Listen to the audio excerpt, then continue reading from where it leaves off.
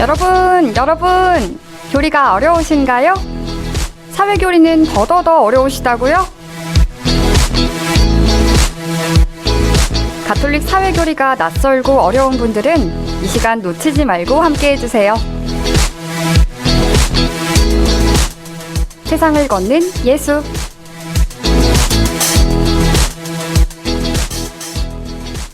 광주대교구 사회사목국장 조정훈 안토니오 신부님과 함께합니다. 신부님 어서 오세요. 네, 안녕하세요. 조정훈 신부입니다. 네, 세상을 걷는 예수. 오늘도 중간점검 퀴즈로 시작해 보겠습니다.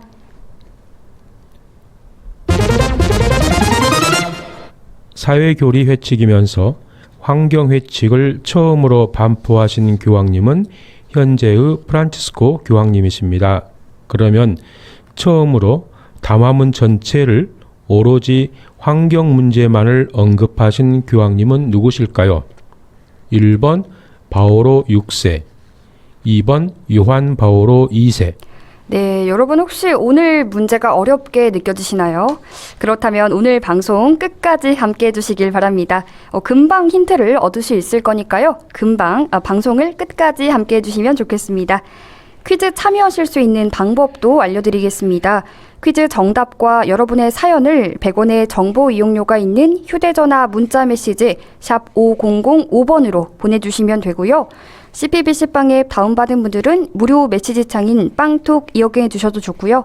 또 유튜브 댓글로 남겨주셔도 좋겠습니다. 오늘도 여러분의 많은 참여 바라고요. 여러분의 정답 메시지 기다리면서 좀 방송 이어가 볼 텐데요. 먼저 지난 시간 방송 내용을 다시 한번 정리해보는 시간 가져볼까요, 신부님? 네. 1972년 6월 5일부터 16일 스웨덴 스톡홀름에서는 세계 최초의 정부 차원의 국제환경회의가 열렸습니다. 여기에 교황청에서 특사를 파견하고 당시 바오로 6세 교황님은 이제 서한도 보내시는데 이런 내용이었습니다. 인류 발전에 대한 희망과 더불어 동시에 생태계 파괴라는 위기적 상황이 동시에 연출되고 있습니다. 위기의 원인이 인류가 자연 자원을 무질서하게 남용한 때문이며 이 점은 현재의 세대를 위해서뿐만이 아니라 다음 세대의 생존을 위해서도 재고되어야 하며 또한 이것의 실천은 어느 누구만의 책임이 아니라 바로 모든 인류의 공동 책임이라고 강조합니다. 역대 많은 교황님들께서 환경 문제를 언급을 하셨습니다. 그런데 환경 문제는 다른 문제들을 언급하시면서 살짝 취급한 정도였는데 자신의 담화문 전체를 오로지 환경 문제만으로 다룬 교황님이 바로 성 요한 바오로 2세 교황님이십니다. 1991년 1월 1일 제23차 세계 평화의 날 담화를 요한 바오로 2세 교황님께서 발표하셨는데 제목이 생태계의 위기, 공동 책임, 창조주 하느님과 함께하는 평화, 모든 피조물과 함께하는 평화 이런 주제였습니다. 네. 요한 바오로 2세 교황님은 당시의 생태계 위기의 원인으로 두 가지를 말씀하시는데 첫 번째는 과학기술 발전의 무차별적인 적용, 두 번째는 생명 존중의 결여였습니다. 그래서 담화문 마지막 장에서 교황님은 생태계 위기는 모든 사람의 책임이며 생태계 위기는 도덕적 문제라고 다시 한번 강조를 하시는데 우리 담화문의 15항을 좀 읽어주시겠어요? 네, 담화문 15항입니다.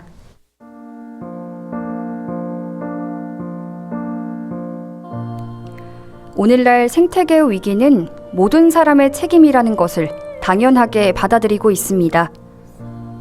생태계의 위기를 평화의 추구라는 한층 더 폭넓은 맥락에서 볼 때 지구와 그 환경이 우리에게 말해주는 바에 귀 기울여야 합니다. 이 지구가 우리에게 하는 말은 곧 우주에는 마땅히 존중하여야 할 질서가 있으며 자유로운 선택의 역량을 부여받은 인간은 미래 세대의 행복을 위해서 이 질서를 보존해야 할 막중한 책임을 지고 있다는 것입니다. 특별히 그리스도인들은 특히 피조물 안에서의 자기 책임은 물론 자연과 하느님에 대한 자신의 의무가 신앙의 본질적인 부분이라는 것을 깨달아야 합니다.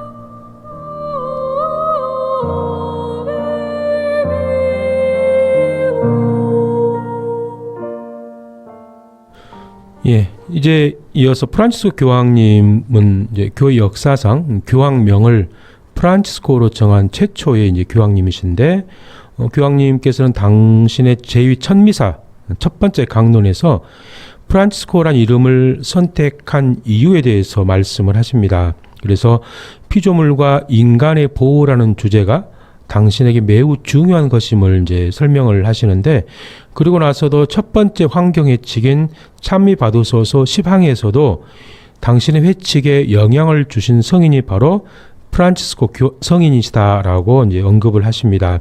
찬미 받으소서 10항을 좀 읽어주시겠어요? 네, 회칙 찬미 받으소서 10항의 내용입니다. 저는 매력적이고 감탄을 자아내는 한 인물을 언급하지 않고서는 이 회칙을 쓰고 싶지 않습니다.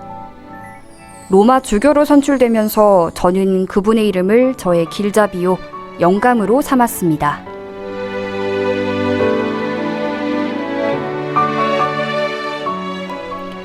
저는 아시시의 프란체스코 성인이 취약한 이들을 돌보고 통합 생태론을 기쁘고 참되게 실천한 가장 훌륭한 모범이라고 생각합니다. 프란체스코 성인은 생태 분야에서 연구하고 활동하는 모든 이의 수호 성인으로 비그리스도인들의 사랑도 많이 받고 있습니다. 그는 하느님의 피조물과 가난한 이들과 버림받은 이들에게 특별한 관심을 보였습니다.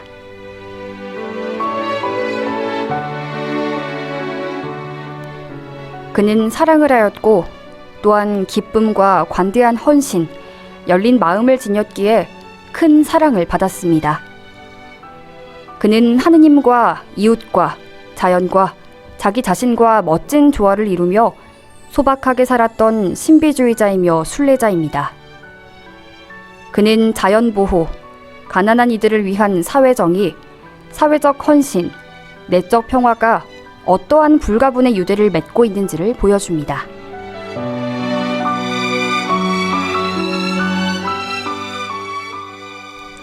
네, 프란치스코 교황님은 당신의 이름도 프란치스코 성인에게서 따왔고, 첫 번째 사회교리 환경 회칙인 찬미 받으소서라고 하는 이 회칙명마저도 프란치스코 성인 지은 태양의 창가라는 노래에서 인용을 하셨습니다. 네. 그런데 아시시의 프란치스코 성인을 자연 환경을 증진시키는 사람들의 천상 수호자로 선포하신 분이 누구냐면 바로 교황 요한 바울 2세 교황님이십니다. 1990년 제23차 세계 평화의 날 담화문 16항을 좀 읽어주시겠어요? 네, 1990년 1월 1일 제23차 세계 평화의 날 담화문 16항입니다.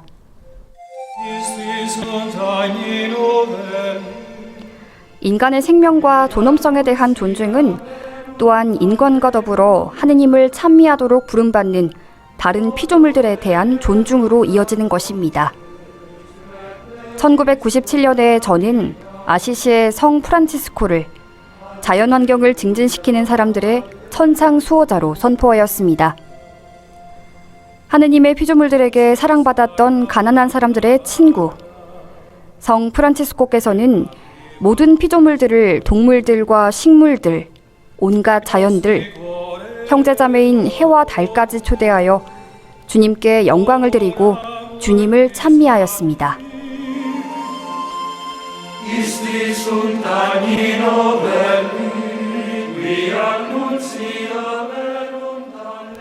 네, 교황님께서는 담화문의 마지막에서 프란치스코 성인이 모든 피조물을 형제로 대한 그 마음을 본받으며 모든 피조물을 존중하고 보살펴야 될 우리의 중대한 의무를 끊임없이 깨우쳐 나가자고 이제 공고를 하셨죠. 네, 자연 환경을 증진시키는 사람들의 천상 수호자이신 아시시의 성 프란체스코 성인에 대해서 조금 더 자세히 알고 싶습니다. 설명해 주시죠. 네, 1979년 11월 29일 교황 요한 바울 2세께서는 사도적 서한 인테르 상토스에서 아시시의 프란치스코 성인을 생태계의 수호 성인으로 선포를 하십니다.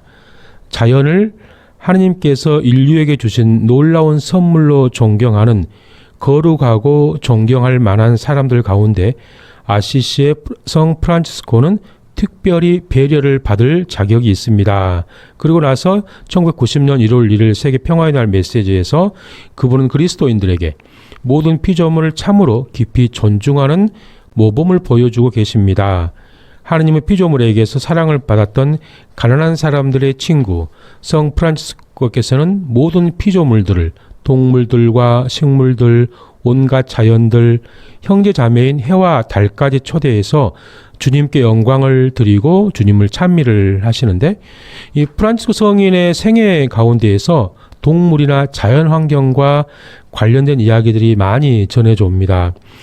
종교를 주제로 한 여러 회화나 판화에서 늑대와 함께 있거나 새들 앞에서 무언가를 이야기하고 있는 탁발 수도자들을 본다면 그분이 바로 아시시의 프란치스코 성인일 확률이 100%다 이렇게 말할 수가 있습니다. 네. 이 성인의 전해져 내려오는 이야기 가운데 구비오라고 하는 도시에 피해를 주던 늑대의 이야기가 있는데 아나운서님께서 좀 말씀해 주시겠어요? 네, 프란치스코 성인이 구비오라는 도시에서 설교하고 있을 때 일입니다.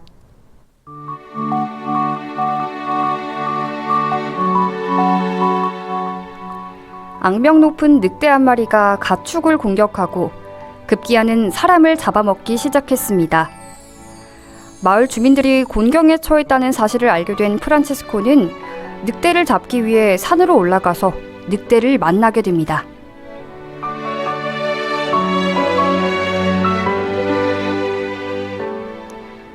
늑대를 발견한 그는 십자성호를 긋고는 늑대를 향한 자신에게 오라고 명령하는데, 늑대가 순한 개처럼 성인의 발밑에 엎드리자 늑대의 머리에 손을 얹고 축복하고 사나운 늑대를 데리고 성으로 돌아오자 사람들은 깜짝 놀랍니다.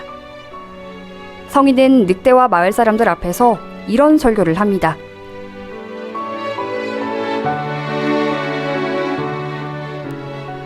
저주받은 자들이 영원히 견뎌야 하는 지옥불은 겨우 육신밖에 죽이지 못하는 이 늑대의 성난 날뛴보다 얼마나 더 무섭겠습니까?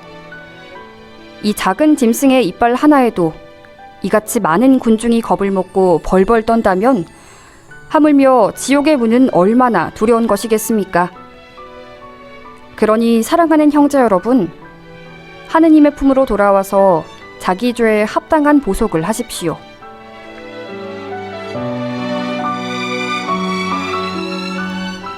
그러면 그분은 지금 이 늑대로부터 또 지옥의 영원한 불로부터 여러분들을 구원해 주실 것입니다. 잘 들어보십시오. 이 늑대 형제는 매일 여러분이 끼니만 대주겠다고 약속한다면 여러분과 화해하고 다시는 아무런 피해도 끼치지 않겠다고 내게 보증해 주었습니다. 이 늑대도 그 약속을 지키리라 확신합니다.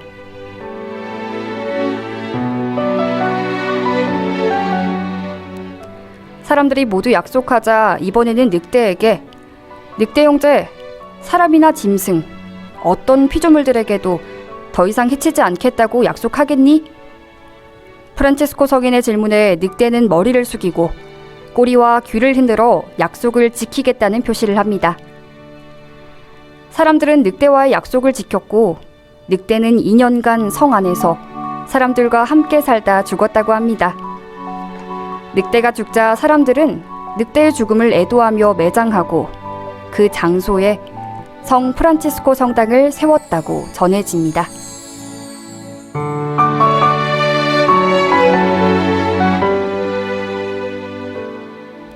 네, 감사합니다. 지금도 구비오라고 하는 도시에 가면 늑대와 함께 있는 프란치스코 성인의 동상을 볼 수가 있는데, 그런데 이 이야기가 사실일까요? 사실 전설같이 좀 느껴지는데요. 관련 근거 같은 게 남아 있을까요? 네, 구비오의 늑대가 실제 있었다는 것을 믿게 하는 근거가 하나가 1872년에 이 성당을 다시 복구를 할 때 늑대의 뼈가 실제로 발굴되었다라고 전해집니다. 오, 네. 그래서 사실일 것이다라고 이제 생각을 하는 것이죠. 그래서 이 프란치스코 성인과 연관된 하나의 의식이 있는데, 혹시 동물 축복식이라고 들어보셨나요? 처음 들어봅니다. 네. 10월 4일이 프란치스코 성인의 축일인데, 유럽의 많은 성당에서, 이제 한국에서도 몇몇 본당에서 이날이 되면 동물 축복식 또는 반려동물 축복식을 거행을 합니다. 네. 한국 천주교 축복 예식 지침 712항에서 보면 창조주이신 하느님의 섭리대로 많은 동물들은 인간 생활과 깊은 관계를 맺고 있다. 어떤 것은 이를 도와주기도 하고 어떤 것은 사람에게 위로가 되기도 하며 어떤 것은 인간의 양식이 되기도 한다.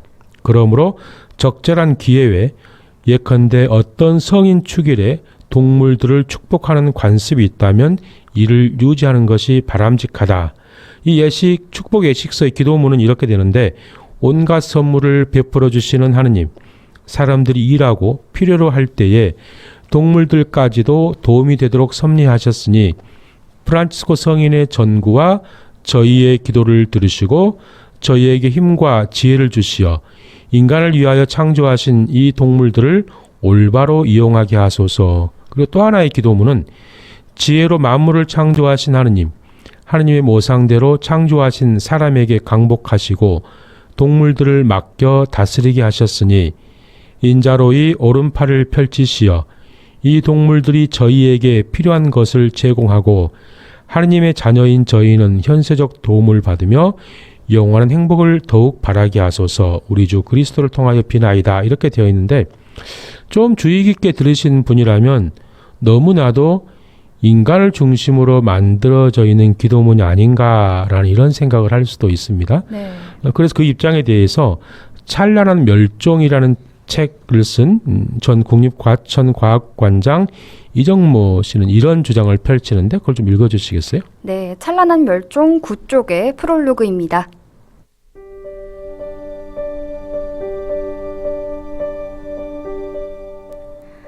그건 너무 인간 중심의 생각 아니냐고요?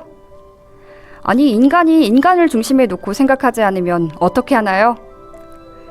우리가 들국화, 달팽이, 지렁이, 풍뎅이, 직박구리의 시각으로 세상을 볼 수는 없잖아요. 인간 중심의 사고도 필요합니다. 본 것에 대해 생각하고 기억하고 또 기록할 수 있는 생명체는 우리 호모 사피엔스 뿐이니까요. 우리가 없었다면 자연사도 없었을 것입니다.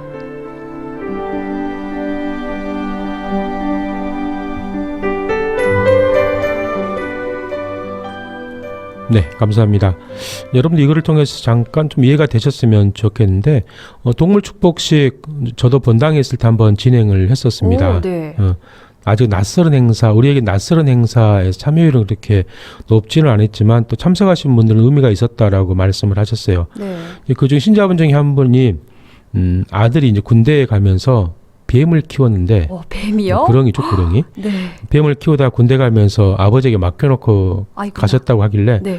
축복식 할 때 데리고 오라고 그랬습니다. 네. 그랬더니 그분이 하시는 말씀이 사람들이 질겁한다고 데리고 오지를 못했는데 많은 분들이 요새는 이제 반려동물과 함께 생활하고 있는데 동물 축복식도 반려동물 축복식도 본당에서 한번 해보는 것도 큰 도움이 되지 않을까 싶습니다. 네. 아나운서님은 아시시 프란치스코 성인 하면 떠오르는 기도 뭐가 있으세요? 네, 하나 있는데요. 프란치스코 성인의 평화를 위한 기도가 예. 떠오릅니다.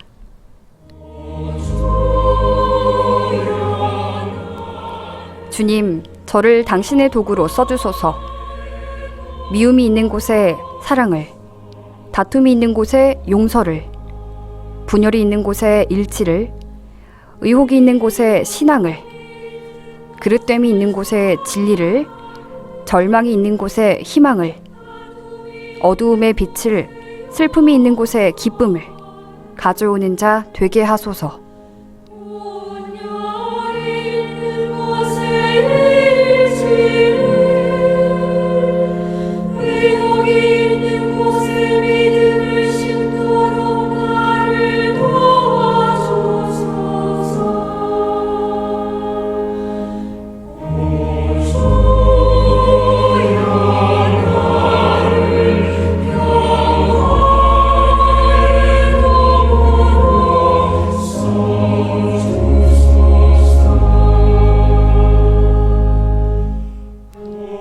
네, 많은 분들이 프란치스코 성인을 떠올리면 첫 번째로 평화의 기도 이제 떠올리실 겁니다. 네. 근데 저는 하나 더 꼽는다면 이제 태양의 창가라는 기도문도 있습니다.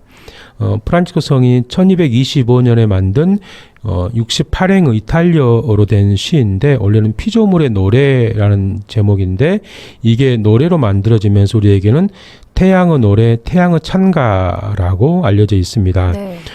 대충 무슨 내용이냐면 창조주에 대한 사랑 때문에 피조물에 대해서도 형제, 자매라고 부르면서 피조물들인 그들을 통해서 창조주이신 하느님께 바치는 찬미의 노래입니다. 프란치스코 성인은 1226년 임종할 순간에도 제자들에게 이 노래를 불러달라고 했다고 전해집니다. 네. 그리고 이 시를 이제 고인이 되신 최민순 신부님께서 이제 번역을 하셨는데 이렇게 시작을 합니다. 지극히 높으시고 전능하시고 자비하신 주여, 찬미와 영광과 칭송과 온갖 좋은 것이 당신의 것이옵고 홀로 당신께만 드려져야 마땅하오니 지존이시여, 사람은 누구도 당신 이름을 부르기조차 부당하여이다. 내 주여, 당신의 모든 피조물 그 중에서도 경의하는 언니 햇님에게서 찬미를 받으사이다.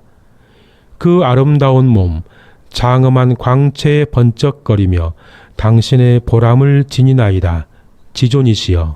네, 태양의 찬가 일부분을 지금 들려드릴 텐데요. 애청자 여러분들도 함께 잠시 묵상하는 시간 가져보셨으면 합니다. 오 감미로워라 가난한 내 맘에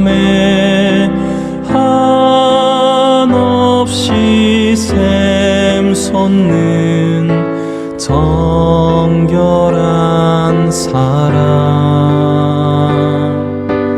오 감미로워라 나 외롭지 않고 온 세상 만물 향기와 빛으로 피조물에. 네, 여러분은 지금 향기로운 오후 주님과 함께하고 계시고요. 광주대교구 사회사무국장 조정훈 안토니오 신부님과 가톨릭 사회교리와 관련 이야기 나눠보는 세상을 걷는 예수 함께하고 계십니다. 지금 유학 중이시죠. 광주대교구 윤진수 요셉 신부님의 목소리로 태양의 찬가 네. 일부분 듣고 왔습니다. 좋습니다. 계속 말씀 이어가 주시죠. 예. 고 최민순 신부님이 번역하신 프란치스코 성인의 시에는 이런 표현들이 나옵니다. 언니 햇님, 네. 누나 달이며 별, 언니 바람과 공기와 구름과 개인 날씨, 조촐한 누나 물, 용감한 언니 불, 누이여 우리 어미인 땅. 성인은 도대체 무슨 이유로 피조물들을 형제 자매로 불렀을까? 우리 아나운서님이 질문 하나 할게요. 아나운서님에게 형제 자매는 어떤 사람들을 말하는 것인가요? 교회 공동체에서는 이 하느님 아버지를 따르는 그리스도인으로서 모두를 형제 자매로 부릅니다. 하지만 대개는 뭐 형, 동생, 뭐 남동생, 언니, 여동생을 좀 통틀어서 형제 자매라고 하잖아요. 네. 그래서 통상적으로 같은 아버지나 같은 어머니 사이에서 난 자녀들을 말하죠. 저도 네, 하나 그렇죠. 갖고 있습니다. 맞습니다. 일반적으로 형제 자매는 같은 부모를 둔 자녀를 이제 보통 가리키잖아요. 그런데 프란치스코 성인은 피조물들, 햇님, 달, 별, 바람, 공기, 구름, 날씨, 물, 불, 땅. 이 모든 것들 형제 자매로 부르면서 한 가족처럼 여겼던 것은 결국은 하느님 아버지가 같기 때문에 그렇게 표현하지 않았을까 싶습니다. 네. 그래서 니치아 콘스탄티노폴리스 신경에서는 이런 고백을 하죠. 전능하신 아버지, 하늘과 땅과 유형무형한 만물의 창조주를 믿나이다. 그래서 자신과 마찬가지로 같은 창조주 하느님에 의해서 창조되었고 또 우리가 그분을 유일한 천상 아버지로 모시고 있잖아요. 네. 이제 프란치스코 성인에게서 모든 자연과 피조물들은 단순히 인간의 편의를 위해서 창조된 것이 아니라 하느님께서 모든 피조물의 원천이시고 또 그분에 의해서 모두가 한 가족으로 여겼기 때문에 모든 자연 피조물들을 형제 자매로 불렀던 것이 아닌가 싶습니다. 그래서 성인에게 자연 세계는 결국 하느님 안에서 연결이 되며 그분을 유일한 창조주요 아버지로 모시는 창조 가족이다, 이렇게 표현할 수 있을 것 같습니다. 네, 아쉽지만 시간 관계상 벌써 마칠 시간인데요. 방송 시작하면서 내드렸던 퀴즈의 정답 발표해 주실까요, 신부님? 네, 정답은 2번 요한 바오로 2세이십니다. 네, 정답은 2번 요한 바오로 2세였는데요. 저희 문자 조금 소개해 드릴까 봐요. 윤철 베드로님께서 사회사무국장 조정훈 안토니오 신부님께서 방송을 너무나도 쉽게 설명해 주셔서 귀에 쏙쏙 들어옵니다. 감사합니다. 저도요. 광주 시티투어 버스 운전을 하고 있어서 매일매일 열심히 애청하신다고 합니다. 감사합니다. 네, 그리고 우리 신앙여행 안각수님께서요. 빵톡으로 평화를 빕니다. 항상 피정하는 마음으로 듣고 있습니다. 감사합니다. 바오로 6세네요. 라고 정답 네. 보내셨습니다. 네, 오늘도 참여해주신 분들 감사드립니다. 지금까지 광주대교구 사회사무국장 조정훈 안토니오 신부님과 함께했습니다. 네, 감사합니다.